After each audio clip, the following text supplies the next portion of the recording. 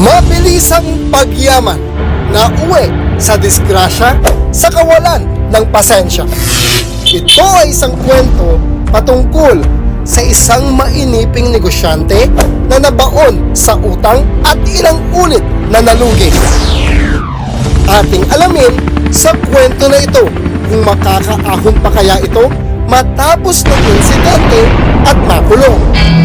Kasama na rin ng aral na matututunan mo sa kahalagahan ng pagtulong at pagresolba sa problema ng iba. Isang gabi ng Sabado, may isang grand reunion ang ginaganap sa isang napakaganda at napakalaking resort. 30 taon na ang nakakalipas nung nakapagtapos sila ng high school.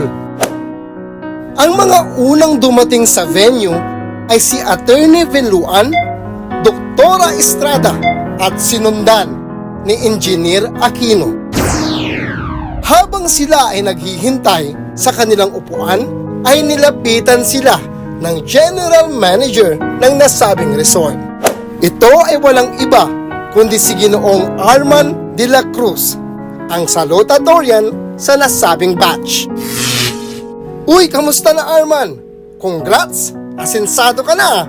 Ikaw na pala ang General Manager ng resort na ito. Wika ni Doktora Amanda Estrada, valedictorian nila nung high school. Kaya nga, sa awa ng Diyos, sa katunayan ay may bagong itinayong branch sa Hong Kong kahapon. Pang-10 na namin yun, kasama ang 7 na andito sa Pinas at 2 naman sa Japan. 10 minuto matapos mag-umpisa ang programa ay dumating sa venue ang kaklase nila na si Bella.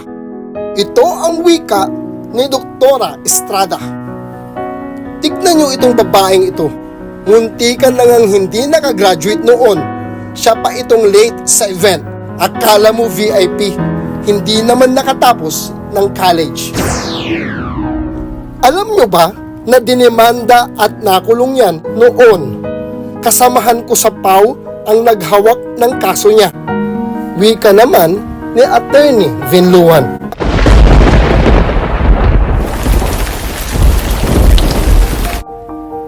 Isang araw, habang naghahanda ng almusal si Berto, ay napansin nito na balisa at tulala ang kanyang asawang si Bella.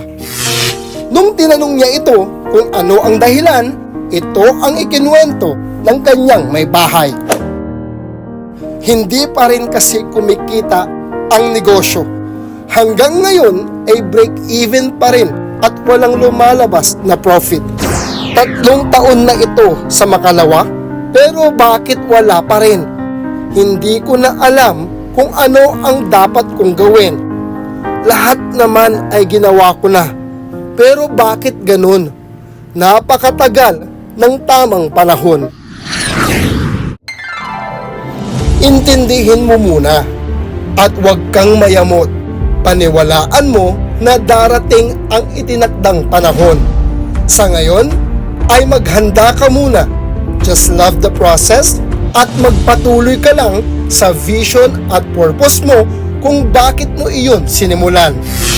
Because the 2 most powerful warriors in life are patience and time. Don't give up easily because the beginning will always be the hardest. Ngayon ka pa ba bibigay? Sa dami at tindi na ng mga pinagdaanan mo noon. Naalala tuloy ni Bella ang nangyari 5 taon na ang nakakalipas.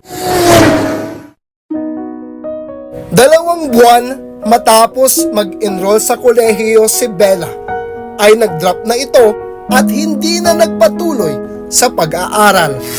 Bukod sa mahina at tamad ito mag-aral ay hindi niya kasi kailanman nakikita ang sarili niya na magkaroon ng isang employee na karir balang araw.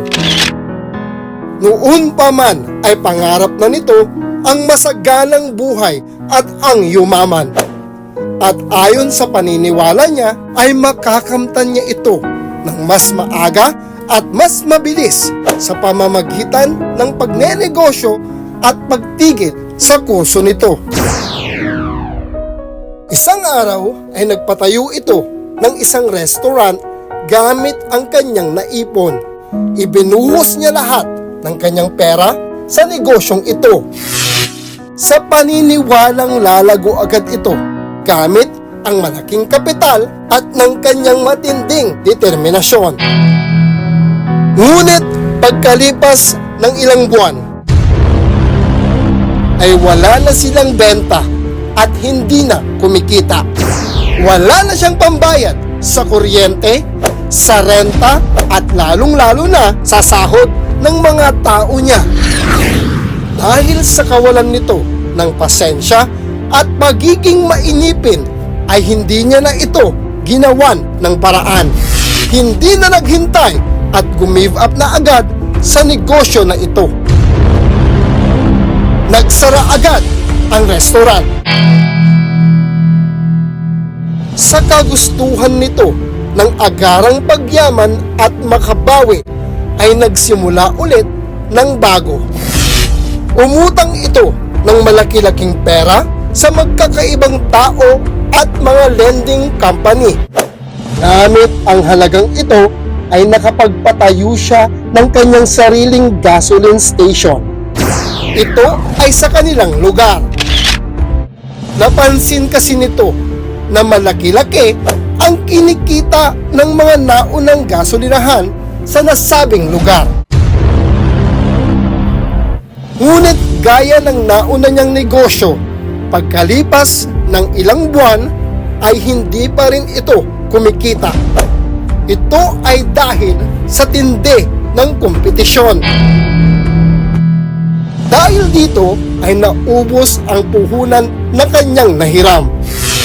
Sa kawalan pa rin niya ng pasensya ay agad niya ulit itong isinuko, hindi na naghintay ng tamang panahon. Sa pangyayaring ito, hindi niya nabayaran ang sahod ng kanyang mga empleyado. Ito ay kanilang pinaghirapan sa loob ng 2 buwan. Sa galit at inis ng mga ito, ay sinabotahin nila si Bella. Sinulog nila ang gasoline station na nagdulot ng malaking apoy na nagresulta ng napakalaking perwisyo sa mga otoridad at sa mga commuter. Malaking disgrasya ang inabot sa kawalan ng pasensya.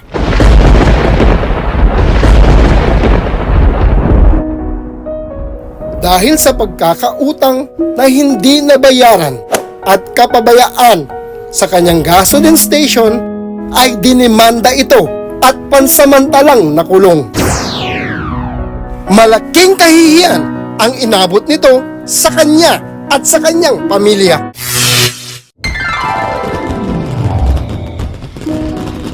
Ladies and gentlemen, may we call on the General Manager of this beautiful and wonderful resort to give an inspiring message to our beloved batchmates. Our salutatorian, Mr. Arman de la Cruz.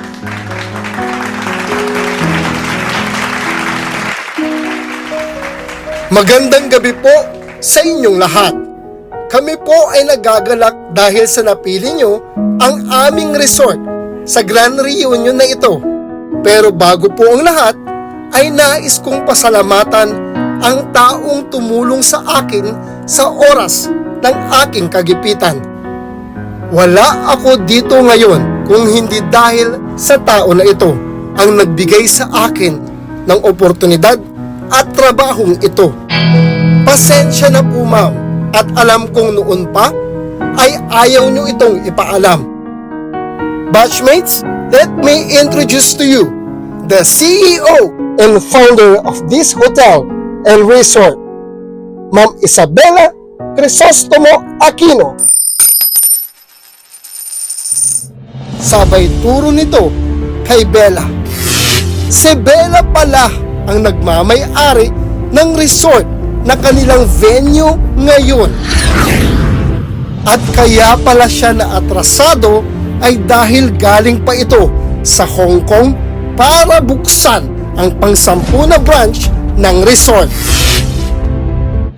Dagdag pa ni Arman, hindi nakapagtataka ang tagumpay ni Ma'am Bella. Sa kabila ng malalaking dagok sa kanyang journey sa pagnenegosyo, ay napagtiisan niya itong i-handle at malagpasan.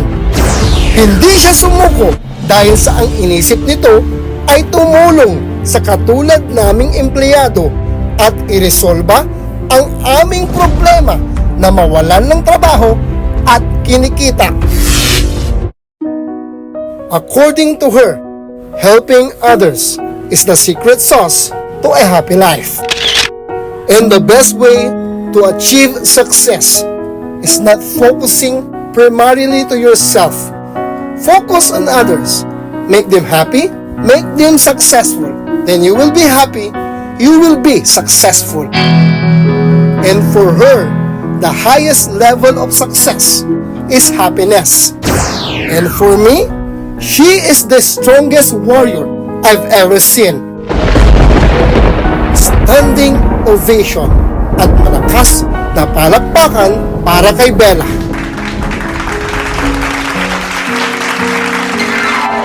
Maya-maya pa'y lumapit si Bella sa table ni Attorney Vinluan, Doktora Estrada at Engineer Aquino. Inalikan ang engineer sabay yakap dito. Natulala at hindi makapaniwala ang doktora at abogada na si Engineer Berto pala na campus crush noon ang naging asawa ng babaeng pasang-awa na kanina pa nila kinukutya. Ang lalaking nasa likod ng tagumpay at lakas ni Bella. Mga kaasenso, ang success sa buhay ay parang isang hinog na mangga na bago ito naging matamis ay nag-umpisa muna sa isang maasim na simula. Hindi lahat ng bagay ay makukuha mo ng madalian. Darating at darating ito sa itinakdang panahon. Tatandaan, results doesn't happen overnight. It happens over time. Just work hard, stay consistent, and be patient. Trabahuin mo lang, may maging resulta man agad o sa wala. Because good thing happens to those who waits. Sana'y nagustuhan nyo ang ating kwento. Baka pwede ka na rin mag-subscribe. Libre naman ito. Muli, ito ang iyong kasenso, Glenn Tenorio. Maraming salamat po.